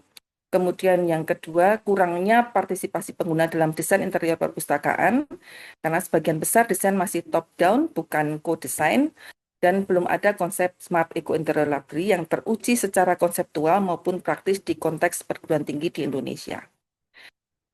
Untuk kerangka teoritis, yang pertama adalah Sustainable Interior Design Theory dengan komponen eco interior, yakni keterkaitan antara manusia pengguna lingkungan di dalam bangunan. Keterkaitan yang dimaksud adalah manfaat dan dampak dari setiap tahapan interior bagi pengguna ataupun penghuni. Kemudian sosio interior berkaitan dengan hubungan interpersonal dalam ruang. Ekono interior terkait dengan biaya yang harus dikeluarkan dan manfaat yang diperoleh dari keputusan penerapan desain interior. Yang kedua adalah smart building dan smart interior. Ini terkait dengan manusia atau penghuni ataupun pengguna, menekankan peran utama manusia sebagai subjek utama dalam perancangan dan operasional smart building dan smart interior. Kemudian produk berupa fasilitas, peralatan fisik, fitur fisik dan sensor. Ini mencakup seluruh elemen fisik dan teknologi yang membentuk infrastruktur cerdas dalam bangunan seperti fasilitas peralatan, fitur interior, serta sistem sensor dan aktuator, dan proses atau interrelasi kinerja merujuk pada sistem integrasi, interrelasi, dan alur kerja yang menghubungkan pengguna dan perangkat dalam lingkungan dalam satu ekosistem pembangunan cerdas yang saling berinteraksi. Kemudian teori of planned behavior ini digunakan pada penelitian ini untuk bisa melibatkan pengguna. Ini terkait dengan keberlanjutan. Jadi sikap terhadap perilaku, ini individu membangun keyakinan perilaku berdasarkan evaluasi mereka terhadap perilaku yang bersangkutan. Jadi individu dengan sikap positif terhadap suatu perilaku lebih cenderung berniat untuk melakukan perilaku tersebut. Jadi dalam konsep sustainability memang harus terdukung ataupun terkolaborasi dengan individu ataupun pengguna di perpustakaan. Kemudian norma subjektif, yaitu orang percaya kalau perilaku mendukung lingkungan, mengurangi kerusakan, dan mendorong sustainability, maka dia akan melakukan norma itu. Dan kontrol perilaku yang dipersepsikan ini yaitu keyakinan individu bahwa mereka memiliki sumber daya, kemampuan, dan kesempatan yang cukup untuk melakukan perilaku tertentu. Kemudian user-centered design, ini pemahaman pengguna dan konteks penggunaan. Jadi komponennya ada 3, terkait dengan pemahaman pengguna dan konteks penggunaan, yaitu desain dimulai dari analisis nyata terhadap kebutuhan, harapan, dan kebiasaan pengguna, partisipasi pengguna sepanjang proses desain, dan desain berbasis evaluasi. Untuk kerangka konseptual, untuk menjawab pertanyaan penelitian 1 sampai dengan 5, dengan mengkolaborasikan dengan teori desain interior berkelanjutan, smart building dan smart interior, berlaku terencana, kemudian dari elaborasi teori, maka muncul fitur, kontribusi, dan interior yang nantinya akan menjadi konsep Smart Eco Interior Library yang masuk ke tahapan user-centered design untuk dilakukan tahap analisis, sintesis untuk membuat co-design Smart Eco Interior Library, kemudian simulasi, di mana simulasi ini juga akan dilakukan tahapan evaluasi, desain Smart Eco Interior Library, kemudian keputusan untuk akhirnya diwujudkan model Smart Eco Interior Library. Untuk kerangka kontekstual, yaitu terkait dengan latar belakang fenomena tren isu, perumusan masalah, premis dan tesa kerja, pertanyaan masalah, kemudian tujuan penelitian, serta penelitian terdahulu atau kajian pustaka dan kajian teori yang terdiri dari Sustainable Interior Design Theory, Smart Building dan Smart Interior, Theory of Planned Behavior, dan dalam kesempatan ini ada mix metodenya. Metode yang digunakan adalah mix method, yaitu dengan wawancara kualitatif, kemudian dilengkapi dengan kuesioner untuk lebih menambah pendalaman data atau mengeksplor data, kemudian pembuatan konsep Smart Eco Interior Library yang nanti diimplementasikan dengan UCD atau User Centered Design. Untuk metode penelitian kualitatif menggunakan pendekatan mixed method exploratory sequential design, di mana eksplorasi awal yang mendalam dimulai dengan metode kualitatif, dan eksplorasi maka dilanjutkan dengan pengumpulan data dan analisis data kuantitatif yang nantinya akan dikombinasikan untuk mendapatkan hasil ataupun interpretasi. Ya. Implikasi dan manfaat dari penelitian ini adalah memberikan kontribusi terhadap pengembangan kajian desain interior berkelanjutan berbasis teknologi cerdas pada bangunan publik dan memberikan pedoman bagi perancang interior, pengelola perpustakaan, dan pengambil kebijakan dalam mewujudkan perpustakaan yang nyaman, hemat energi, dan berkelanjutan. Sekian dan terima kasih untuk sharing penelitian yang akan saya lakukan. Mohon tanggapan dari Prof. Yandi dan Bapak Ibu. Terima kasih, saya kembalikan kepada Pak Firman. Baik, terima kasih Bu Ratih sudah sharing mengenai rencana risetnya ya Bu Ratih ya, untuk Ya, betul. kombinasi antara arsitektur dan perpustakaan. Nah, ini menarik sekali nih. Tadi Prof. Yandi juga sudah memberikan beberapa visi-visi baru tentang perpustakaan. Nah, jadi sesi berikutnya adalah tanggapan dari Prof. Yandi terhadap mungkin rencana riset dari Bu Ratih. Mungkin ada masukan ataupun ada input buat Bu Ratih. Silakan Prof. Yandi. Oh, ini bagian yang paling susah ini ya bagi saya. Ya, tentu saya tidak bisa memberikan tanggapan yang betul-betul baik ya, Bu Rati, karena Iya. kan saya mendengarnya kan juga sekilas dan ini kan disampaikan dengan cepat ya. Kan biasanya saya perlu lihat agak lebih detail teks per teks dan seterusnya.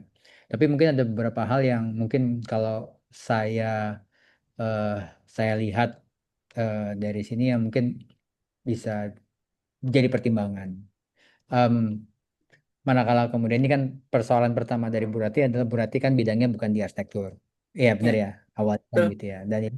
Dan kemudian kan ini kemudian masuk ke dalam ilmu arsitektur. Nah, dari sudut pandang itu sebetulnya ini yang harus ditanyakan kembali oleh Bu Rati adalah nanti disertasinya ini akan memberikan feedback kemana.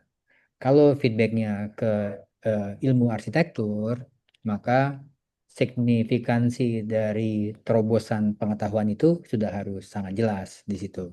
Nah, ini kan tanda kutip berarti eh, pengetahuan-pengetahuan yang kemudian menjadi pengetahuan-pengetahuan arsitektur itu eh, tersajikan di atas meja. Nah, maksud saya gini ya, nangkep Ibu ya, gini ya. Nah, karena kan sebelumnya kan ilmunya kan bukan yang di situ. Sebenarnya kan Ibu kan pengen menerobos pada sesuatu yang selama ini tidak berjibaku di situ, gitu ya. Kira-kira gitulah. Ini kan masuk ke ini kan kita masuk ke rumah tetangga dan kemudian kita ingin mengatakan sama tetangga kita nanti akan ada banyak loh hal yang baru yang ingin saya sampaikan ke Anda sehingga konstruksi rumah barunya itu mungkin tidak dengan cara yang ini dan seterusnya gitu loh. eh, yang selama ini mungkin orang-orang yang berada di situ mereka sudah berjibaku dengan itu. Tantangannya kan sebetulnya berarti Bu Rati kan mesti paham betul dari perspektif dari si ini kan ada banyak nih ya kalau saya lihat ya. Pertama perpustakaan ini kan jadi case ya, itu fokusnya ya. Kemudian ada kata smart di sini, kemudian ada kata eco di situ. Nah, apakah kemudian smart dan eco itu menjadi ilmu arsitektur serta merta atau ada yang lagi digugat di situ dari si smart atau si eco itu atau yang lainnya atau persoalan yang lain gitu loh atau ini kita bicara tentang behavior. Nah, kalau behavior pasti juga mudah untuk kemudian malah pindah ke psikologi. Jadi bukan juga di arsitektur. Apa yang kemudian untuk mengatakan bahwasanya riset ini betul-betul lagi membongkar ilmu arsitektur, tentu eh, situasi kondisi dari pengetahuan arsitekturnya, eh, baik itu yang umum, yang common sense, artinya yang common, yang semua orang tahu tanda kutip, dan posisi dari Bu Rati dengan perspektif yang berbeda itu mesti sangat jelas. Itu menurut saya tuh landasan yang penting. Nah, kemudian kan itu satu. Kemudian juga cara membongkarnya. Ini kan kita bicara mau pakai pisau yang mana. Tadi itu kan kita bicara pada nanti saya akan kasih rumah Anda sesuatu yang baru yang Anda tidak ketahui. Saya punya advantage karena saya selama ini tidak berada pada rumah itu. Sehingga saya dari tempat yang lain saya ingin itu. Tapi kan itu kan juga jadi tandanya karena Anda berada di luar, apakah Anda betul-betul tahu tentang rumah itu? Itu kan satu hal tuh ya, yang di situ ya.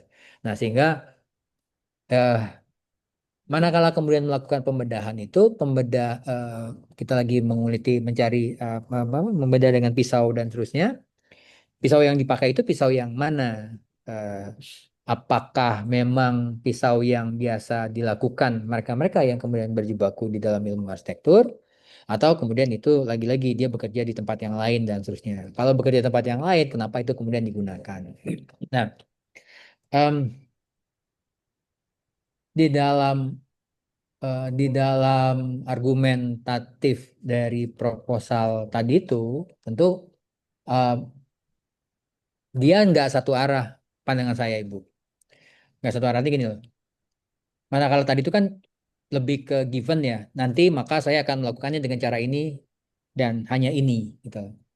Nah, dalam posisi ini, saya justru merasa akan jauh lebih seru diskusinya kalau kita bisa lihat pertentangannya dari semua ide-ide itu, baik dari ide konsepnya sampai kemudian ide bagaimana kemudian dilakukannya, memilih pisau bedah yang tepat. Nah, kalau itu sudah jelas dan seterusnya, saya akan bisa memastikan kalau, oh ya, Bu Rati ngambil posisinya dari sebelah sana, sehingga saya akan mengikuti itu. Tapi kalau tadi itu kan kan nggak dikasih pilihan ya, karena kan udah langsung aja saya akan ngambil ini karena gini gini gini gini gini, tapi nggak ada kelemahannya apa, ininya apa dan seterusnya, pertimbangannya kan nggak di minimal mungkin nggak perlu dijelaskan detail tapi kelihatan kalau pada waktu memilih itu ini loh kan kekhawatirannya pada waktu memilih metode memang itu satu-satunya metode yang diketahui atau sebetulnya ada banyak metode dan akhirnya memilihnya yang itu dan kemudian melakukan salsa dancing atau melakukan adjusting dari metode itu karena beranggapan dengan di-adjust itu akan jauh lebih baik dan seterusnya atau belum pernah ada sebelumnya. Nanti kita minjem dari tempat yang lain. Nah ini yang dan di situ juga sebetulnya manakala kemudian mengambil metode tadi itu juga harus jelas ini lagi sedang mau belah yang mana, kita mau lagi membedah apa gitu. Karena tadi itu kan pertanyaan Eko dan Smart itu apakah Eko dan Smart itu perlu dilakukan kedua-duanya atau manakala kita bicara tentang Smart itu sebenarnya sudah ke Eko gitu. Ini kan siapa yang ngomong, bagaimana ngomongnya, bicaranya apa gitu lah.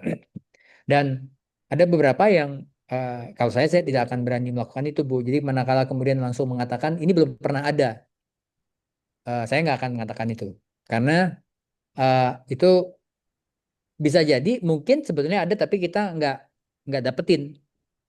Itu kan yang ini kan ada bahayanya di sana ya. Jadi, nah menurut saya klaim-klaim karena kita bicara ini kan dokter klaim-klaim itu harus klaim-klaim yang sangat hati-hati tentunya dan itu akan membuat Bu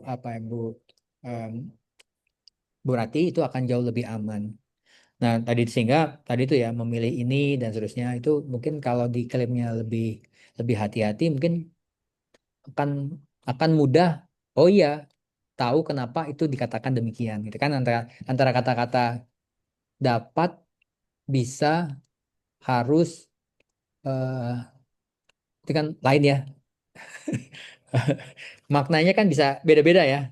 Memilih kata itu kan jadi agak penting. Nah, setiap kata-kata itu sebenarnya menjadi cerminan dari seberapa kita ingin berlindung. Nah, sehingga tadi itu argumen-argumen yang tadi itu menurut saya perlu hari ini saya sendiri kadang-kadang kalau ingin mengajukan sebuah proposisi, kadang-kadang saya mencoba untuk sebelumnya saya berlindung dulu nih dari pengetahuan yang sebelumnya. Nah itu saya akan melakukan itu sehingga saya kemudian bisa manuver sebentar. Ini kan udah begini ini begini kan, karena dominannya begini. Saya nggak mau yang di situ. Saya maunya yang di sini. Nah PSD itu jadi oke kalau berani mengatakan itu sehingga kalau itu udah terjadi risetnya kenapa itu jadi penting dan kenapa dilakukan demikian jadi punya basis argumen yang sangat kuat. Itu mungkin dari saya. Semoga komennya nggak nyusahin ya Bu ya. Tapi sudah tentu saya susah untuk memberikan komen yang sangat presisi. Terima kasih, Bu Terima kasih, Rati. Prof. Yandi. Bu Rati, kalau ada yang mau ditanggapi atau ada yang mau bertanya ke Prof. Yandi, silahkan loh Bu. Misalnya mungkin ada yang Ya, tidak ada Pak Firman, tapi masukan dari Prof. Yandi sangat bermanfaat buat saya. Jadi saya harus merefleksikan ulang kembali begitu ya Prof, beberapa hal yang memang tadi saya masukkan dalam penelitian perlu melakukan cross check ulang lagi, terutama terkait dengan klaim ya Prof. Jadi harus hati-hati dan betul-betul harus berlindung dari kalau tadi Prof Yandi bilang ya kita harus melihat pengetahuan sebelumnya begitu ya. Siapa tahu memang sudah ada, tapi kita belum mengulik lebih lanjut. Ya, terima kasih, Prof. Masukannya. Ya. Oke, baik. Kalau mungkin belum ada tanggapan dari Bu Rati, kami buka nih pertanyaan untuk Bapak Ibu yang hadir di webinar ini. Silakan Bapak Ibu bisa raise hand untuk bertanya atau mungkin bisa juga kalau ada kendala bisa juga menulis di kolom chat, nanti kami akan sampaikan baik ke Bu Rati atau ke Prof. Handi. Silakan, ini ada 33 audiens peserta.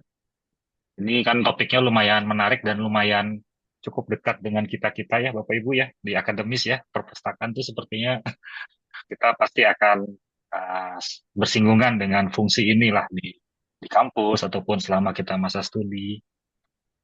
Jadi mungkin Bapak Ibu ada yang pertanyaan terkait perpustakaan ini, silakan, kami tunggu.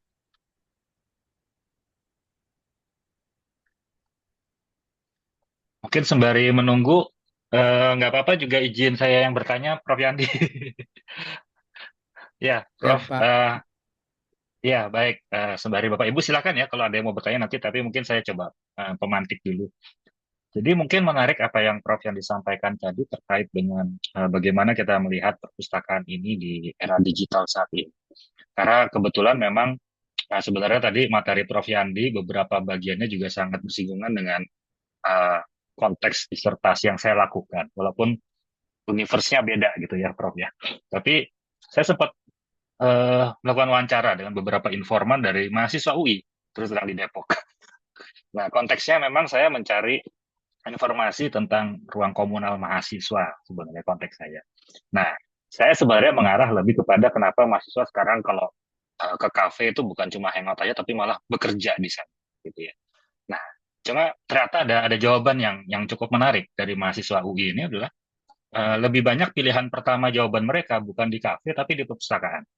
Jadi tempat untuk mengerjakan tugas yang pertama mereka jawab adalah di perpustakaan. Nah, kemudian saya coba cari tahu kenapa di sana. Karena memang suasananya lebih nyaman bagi mereka untuk bekerja. Tapi pada saat saya bertanya, berarti mencari data-datanya memang dari koleksi-koleksi di perpustakaan ya. Gitu. Ternyata tidak. Mereka tetap mencarinya ya via Google, via AI dan sebagainya. Tapi tetap mereka butuh ruang perpustakaan itu. Salah satunya adalah karena mereka ternyata butuh suasana yang mendukung mereka untuk bekerja gitu. Dan itu bisa didapat di suasana perpustakaan. Nah, apakah ini juga semacam perilaku yang mulai muncul yang juga akhirnya memberikan transformasi terhadap kebutuhan ruang ataupun suasana perpustakaan, Prof. Yandi? Kira-kira bagaimana? Iya, terima kasih Pak Firman. Sebenarnya bukan cuma di perpustakaan ya. Sebetulnya ini kan kita bicara tentang data itu adalah new landscape. Kita bicara itu ya sekarang hari ini gitu loh. Jadi digital tadi itu yang modus utama dari digital itu kan tadi itu kan kalau si misal tadi itu kan dalam bukunya si Theo Bits itu tentang si bits tadi itu bahwasanya data itu ada dimanapun dan kita bisa ambil dimanapun sehingga kita nggak terlalu khawatir sama keberadaan dari informasi yang kita butuhkan selama kita terkoneksi dan membangun networking itu. Yang dikhawatirkan itu kan sebetulnya dari dua arah ya. Yang satu itu adalah satu kita tetap terjalin hubungan dengan tadi itu networking yang kemudian kita bisa mengakuisisi data. Satu lagi adalah kondisi yang membuat akuisisi itu dilakukan dengan baik. Menjalin data dan terusnya yang kemudian mengambil sintesis dari si informasi atau tadi itu yang bekerja dengan baik akademik atmosfer dan terusnya lah di situ. Nah, memang kemudian dari sudut pandang itu memang tipologi function itu jadi tabrak-tabrakan Bapak gitu loh. Jadi nggak bisa lagi kita ngelihatnya sama seperti dulu gitu loh. Sehingga betul yang dikatakan oleh anak-anak UI tadi itu mereka memang mereka perlu datang ke perpustakaan bukan untuk minjam buku atau untuk mencari buku. Karena yang mereka butuhkan itu adalah tempatnya, space-nya yang mereka bisa ngapa-ngapain. Dan ini sebenarnya em, berimplikasi dengan berbagai hal. Artinya kalau misalnya di perpustakaan mereka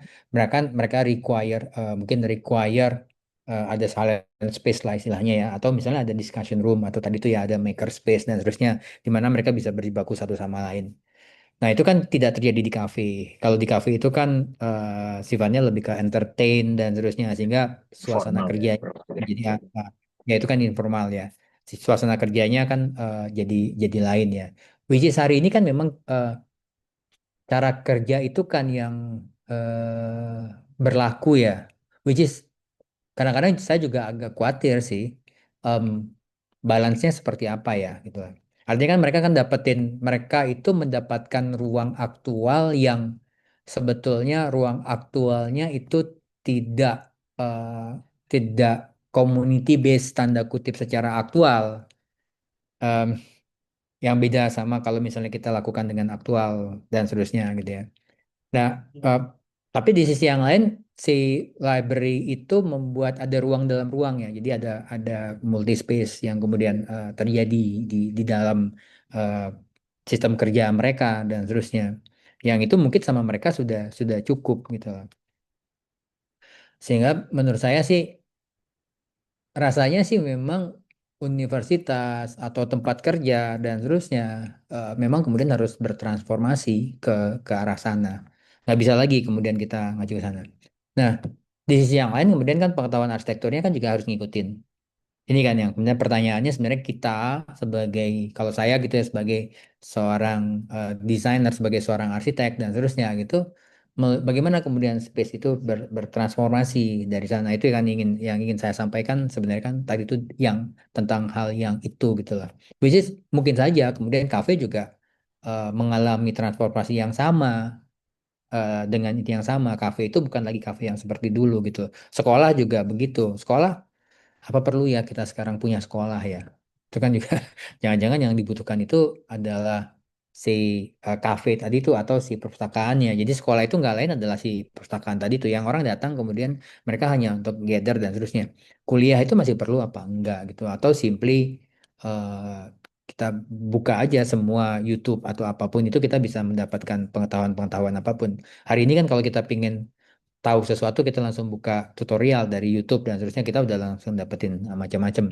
Artinya kan kelas itu kemudian sudah berubah dan sudah bertransformasi. Saya yakin ini banyak yang kemudian bergeser ke arah sana. Jadi dalam dua arah tadi tuh. Maka tadi tuh ini kan tadi tuh ada beberapa hal yang berubah ya. Termasuk tadi tuh contohnya yang stacking. Sekarang bukan lagi stacking lagi kan tadi itu kan, tapi yang lainnya. Sekarang bukan lagi koleksi, tapi data informasi yang kemudian terkoleksi gitu ya. Bukan lagi objeknya dan seterusnya. Nah, pemikiran-pemikiran itu yang mungkin artinya mereka kan konten oriented ya anak-anak itu ya. Gue pengen dapetin apa yang gue mau dan seterusnya gitu. Uh, tapi di sisi yang lain juga mereka kan juga uh, tetap perlu um, um, kalau nggak bisa beradaptasi mereka akan masalah dengan kejiwaan. um, Feeling lonely-nya akan jadi lebih banyak dan seterusnya gitu. Tapi kalau mereka bisa, sebenarnya mereka punya cara untuk kemudian bisa manuver di sana. Tapi mereka bergerak sangat cepat. Generasinya memang generasi yang beda sama sekali sih. Dan itu yang memang perlu dilihat. Menurut saya sih, riset-riset yang sifatnya current, ini kan current ya saat ini, itu memang jadi relevan untuk melihat karena kita bicara tentang the future. Eh, Tadi itu yang disampaikan oleh Pak Firman. Em, itu baru profil UI ya, gitu loh. Eh, dan lagi-lagi kita mau ngambil profil yang mana, di UI atau di tempat A gitu, atau mungkin kalau di luar negeri di UK atau di Amerika mungkin profilnya lain lagi. Em, Mungkin dulu kan kita ngomongin kalau ke perpustakaan kayaknya nerd. Aduh, ini anak kok iseng banget ya apa kayak ngapain sih kamu ke perpustakaan, main dong ke kafe apa segala. Hari ini ya gue mesti ke perpustakaan karena cool, barangkali kan begitu. Di perpustakaan itu jadinya cool karena everything itu memang ada di situ. Memang itu adalah tempat yang jauh lebih lebih memenuhi apa ya? Karena dia bisa di situ mungkin memenuhi segala macam kebutuhan network yang dibutuhkan oleh dia untuk mendapatkan semua multi space-nya dia. Kita bicara tentang multi space kan di sini, Pak. Hmm. Itu mungkin yang bisa saya sampaikan. Iya, wah terima kasih Prof. Yadi atas insight-nya. Ya, Hmm. silakan Bapak Ibu kalau ada yang mau bertanya ya. Monggo, masih ada waktu jika ada yang memang tergelitik untuk bertanya dari materi Prof. Yandi atau dari materi Bu Rati terkait dengan desain perpustakaan di era digital seperti apa bentuknya.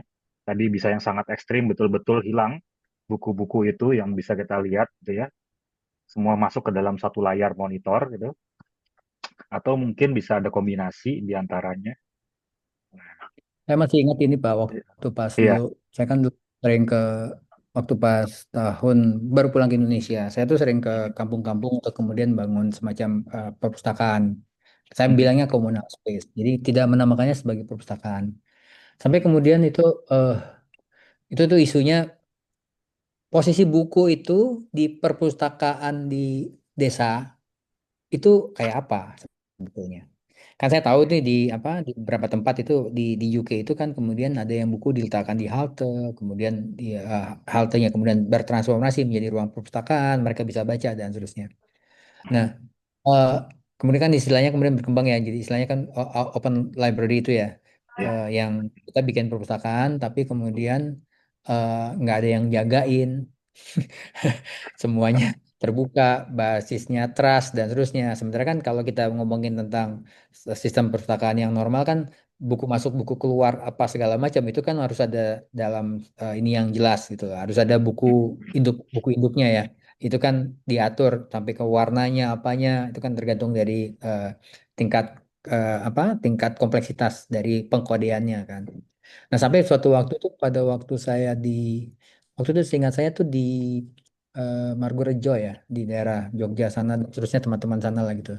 Itu sampai akhirnya kami putuskan untuk ya udah kita letakkan saja sejumlah buku di sana yang kemudian kita namakan dia ruang komunal / open library yang kalau kemudian buku itu hilang maka mindsetnya adalah oh seseorang di kampung itu lagi ingin belajar untuk berternak kambing dengan baik.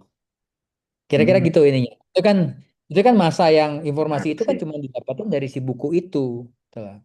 Kan hari ini kan justru kan eh, buku tuh jadi nggak terlalu relevan di situ informasi. Kalau kita mau cari ini ternak kambing yang baik, maka tinggal buka aja di YouTube atau tinggal cari aja kan informasi yang lain yang atau kita tanya AI kan hari ini. Which is itu kan ya, Betul. udah dijelaskannya gitu loh. Berapa hari yang lalu eh, saya menghabiskan 2 jam, 1,5 jam hanya untuk ngajarin AI sebetulnya. Saya kan bosen gitu ya udah saya ngobrol aja sama dia ngobrol macam-macam lah gitu loh kamu tahu ini nggak kamu ngapain kayak gitu kamu ini di Indonesia nggak kayak gitu segala macam gitu loh yang dia berterima kasih sama itu gitu karena dia di feeding kan informasinya. Nah ini kan sebenarnya tadi tuh ya ini komunitas yang lain yang komunitas yang lain itu artinya you will not be alone sebetulnya kalau mau karena AI itu bisa jadi teman bicara untuk banyak hal untuk membangun pengetahuan atau membangun apa dan seterusnya gitu. Chat GPT dan itu pakai suara bahkan gitu ya nggak harus bacaan silent gitu jadi saya kayak istri saya Prof Mita tuh sampai lu ngapain sih ya ngobrol aja gitu loh sama orang nggak jelas ini gitu loh. Eh, dan itu dia jawab dengan sangat serius dan dia pengakuisisian pengetahuannya jadi mungkin kalau misalnya ada orang yang menjawab dengan serius akan hal yang dibutuhkan dan terstruktur dengan baik kalau dia tahu kotak-kotaknya dengan benar, itu si AI yang tadi itu. Karena kalau yang lain mungkin akan menyesatkan. Kalau dia itu memang karena pengetahuan dan kita bisa, artinya kan kemampuan kita dalam mengambil informasi yang tepat dan seterusnya kan di situ ya. Karena dia mudah, kemudian kita belok-belokkan dan seterusnya. Nah, artinya the aktual orang itu sebenarnya jadi nggak relevan di sana. Atau tadi tuh yang the aktual komunitas. Nah, di sini kan jadi tantanya society ini mau dibawa kemana itu kenapa kemudian si library tadi itu memang harus bertransformasi karena dengan demikian kita bisa mempertahankan sesuatu dari sana terutama kaitannya sama si culture tadi tuh new culture ini mau dibawa kemana mungkin itu Pak. Iya, betul. Prof. Yandi, betul. Ya, silakan Bapak Ibu. Apakah masih ada yang tertarik untuk bertanya? Silakan. Bisa di Mungkin kolom saya, chat. Pak Ya, Firman, pada oke, Prof silakan. Yandi. Monggo, silakan. Oh, Ya, berarti harus banyak nanya ini memang. iya ini saya Biar sampai feedingnya dapat. betul-betul. Jadi terkait dengan perpustakaan Prof. Yandi. Jadi tadi kalau saya melihat dari yang disampaikan Prof. Yandi kan memang perpustakaan betul-betul shifting atau terdisrupsi ya sebenarnya saat ini dengan apa model ataupun gaya belajar dari generasi yang saat ini atau generasi Z, di mana cara membacanya juga sudah tidak seperti dulu dari pendahuluan sampai dengan daftar apa kesimpulan dibaca, tetapi eh, model membacanya membaca cepat. Kemudian perpustakaan juga eh, melakukan perubahan yang sangat signifikan dengan betul-betul tidak menyediakan koleksi buku begitu. Apakah itu juga dimungkinkan terjadi di Indonesia begitu ya, Prof ya? Karena kalau tadi kan melihatnya dari sisi luar begitu ya. Apakah di Indonesia juga dimungkinkan akan ada perpustakaan yang seperti itu? Karena memang kalau saya lihat yang di perpustakaan UI pun konsep eh, apa arsitektur dan desain interior perpustakaannya juga bergabung dengan tenan-tenan begitu ya, Prof ya. Ada Starbucks dan lain sebagainya. Nah, ini menjadi hal yang sangat-sangat membuat perpustakaan menjadi tempat yang sudah tidak lagi membosankan. Dan yang ingin saya tanyakan, apakah desain perpustakaan yang betul-betul kosong tanpa buku itu akan terjadi juga di Indonesia begitu, Prof? Kalau Prof Yandi mungkin sudah bisa. Nggih, monggo, Prof. Ya. Kalau kita bicara tentang perubahan, kadang-kadang kita memang nggak hanya bisa beradaptasi kan, Bu. Maksudnya gini loh. Dulu waktu pas pertama kali kehadiran internet, web, itu apaan gitu loh. Atau misalnya dulu pada waktu AutoCAD hadir, kita di dalam ilmu arsitektur ya, Bu Rati dari pustakaan, di dalam ilmu arsitektur itu kami berusaha untuk jangan itu kan alat, kita harus pakai tangan dan seterusnya gitu loh. Eh, banyak hal yang sebetulnya em, eh, resilience itu terjadi manakala kita mampu beradaptasi, bukan sebaliknya. Jadi kadang-kadang kan kita menolak karena kita ingin resilience terkait dengan sesuatu. Tapi menurut saya itu mungkin kadang-kadang menjadi bukan kebijakan yang tepat, bukan keputusan tepat. Resilience itu mungkin terjadi kalau kita bisa beradaptasi dengan baik terkait dengan perubahan dan seterusnya, atau kita bisa memprediksi perubahan itu. While at the same time kita tahu kita siapa. Nah, sehingga perubahan itu adalah sebuah keharusan. Ya, pertanyaan apakah memungkinkan atau tidak itu kan balik kepada kalau tidak berubah mungkin barangkali akan membuat kita jadi nggak eksis lagi. Kan kita juga tanda kutip kan ada sudut pandang yang lain yang kemudian bisa hadir di situ gitu lah. Nah, ini kan kemudian masalah keberanian untuk kemudian mengubah mindset. Pertama kali kami mengubah perpustakaan di SD itu saya punya sama Prof Mita itu punya kegiatan dulu itu yang kami datang setiap minggu itu ke SD-SD di Jakarta. Kemudian salah satu kegiatannya itu kita mengubah perpustakaannya. Yang tadinya perpustakaan itu adalah stacking buku itu, kemudian kita ubah menjadi perpustakaan itu ada bukunya tetap ada, tapi kemudian dindingnya itu dipenuhi dengan rumus-rumus dan seterusnya, yang kemudian diberikan tema berdasarkan situasi dan kasusnya.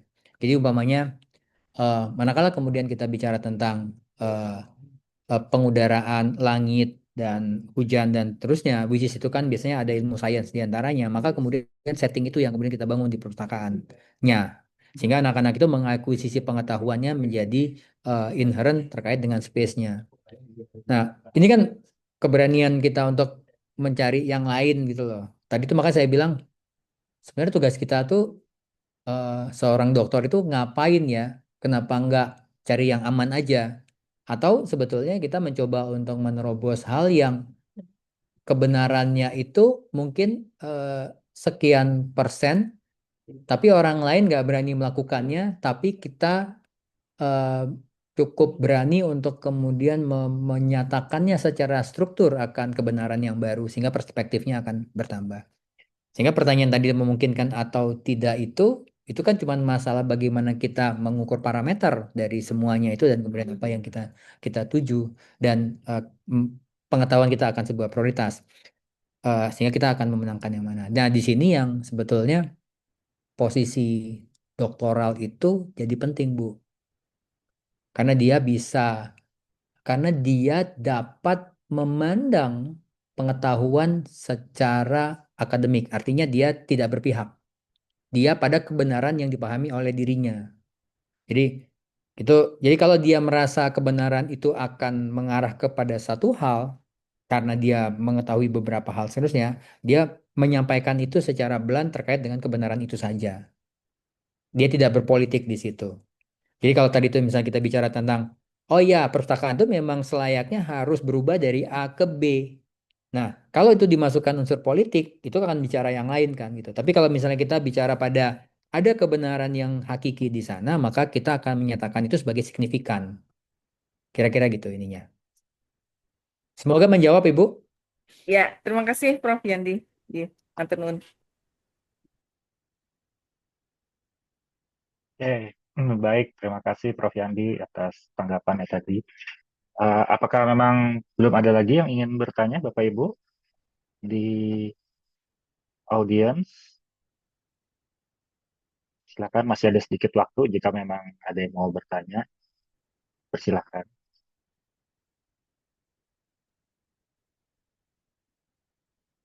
Sepertinya belum ada ya. Dari Bu Rati sendiri, masih ada Bu yang ingin digali lebih jauh ke Prof. Yandi?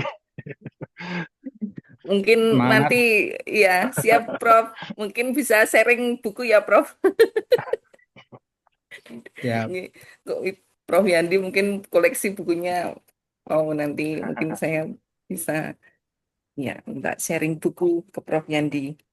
ya, Matur nuwun. Bu. Di lab saya banyak buku, Bu. Kenapa Prof? Di lab saya banyak buku, Bu. Siap Prof. Kalau bagi Prof. Yandi, melihat buku masih lebih nyaman daripada melihat di iPad nggak, Prof? Kira-kira Eh, atau di... iya, Eh, ya sekarang tapi saya udah mulai kesulitan mesti pakai kacamata, Pak. Tapi saya masih senang duduk manakala kemudian lagi cari sesuatu gitu, saya masih senang duduk di antara percikan-percikan itu. Karena dia buku itu kan langsung berhadapan saya secara live, eh, kelompok ilmu yang sudah saya kumpulkan itu secara live dan saya mudah untuk mencoba untuk mengkoneksikan itu straight away sehingga manakala saya lihat buku A saya langsung ambil itu dan kemudian oh ya ini bagian sini ini signifikan untuk kemudian saya bahas. Maka dari itu kalau misalnya karena kan ada beberapa hal yang sifatnya kan klasik ya, Ya, yang kita mesti tahu di dalam ilmu arsitektur manakala ini kan harus dua arah ya, yang klasiknya kita ketahui kemudian yang currentnya kan kemudian kita ketahui sehingga manakala kita ingin membangun posisi yang baru itu menjadi jelas pijakannya. Hmm, oke. Ya, baik. Hmm. Jika memang belum atau tidak ada yang hendak bertanya lagi, berarti mungkin nggak apa-apa ya, Prof. Yandi. Mungkin nanti kita Ya, bisa lanjut di lain kali. Mungkin juga nanti akan ada diskusi-diskusi yang lebih menarik. Tapi kan terima kasih Prof. sekali, Prof. Yandi. Ini masukannya ataupun sharing ilmunya tentang perpustakaan luar biasa dari perspektif Prof. Yandi sebagai akademis yang memang di bidang arsitektur dan dari Bu Ratih yang memang secara pengalaman lebih banyak di perpustakaan. Nah, ini kan menjadi satu yang kolaborasi yang mungkin bisa menghasilkan sesuatu yang baru. Mungkin dalam proses saat ini, Bu Ratih masih mencari posisi yang tepat nih ya, Prof. Yandi ya, untuk nanti bertemu dengan titik yang ternyata seperti yang tadi Prof. Yandi utarakan tuh, sesuatu yang mungkin agak sedikit apa ya kontroversial atau apa, tapi memang itu bisa dipertanggungjawabkan secara ilmiah, sehingga itu menjadi satu sandaran buat penelitian lebih lanjut nantinya tentang perpustakaan. Baik, mungkin saya ucapkan terima kasih banyak kepada Prof. Yandi atas waktu dan juga ilmunya. Terima kasih Prof. Yandi atas kesediaannya.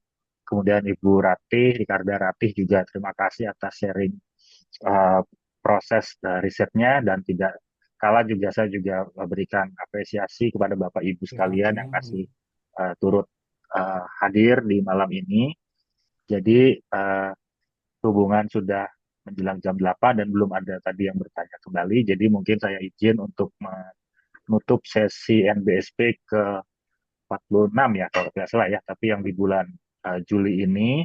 Terima kasih untuk semua audiens. Tadi sudah ada link presensi bagi audiens yang membutuhkan presensi dari webinar ini. Mudah-mudahan kita bisa bertemu lagi di sesi webinar NBSP yang akan datang.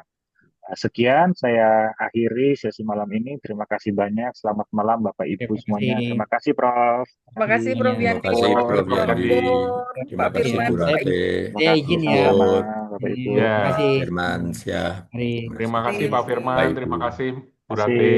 Nggih, matur nuwun Propur, Ya, Bapak Ibu terima terima kasih Bu kasih. sekalian. Nggih. Izin live nggih Prof. Ya.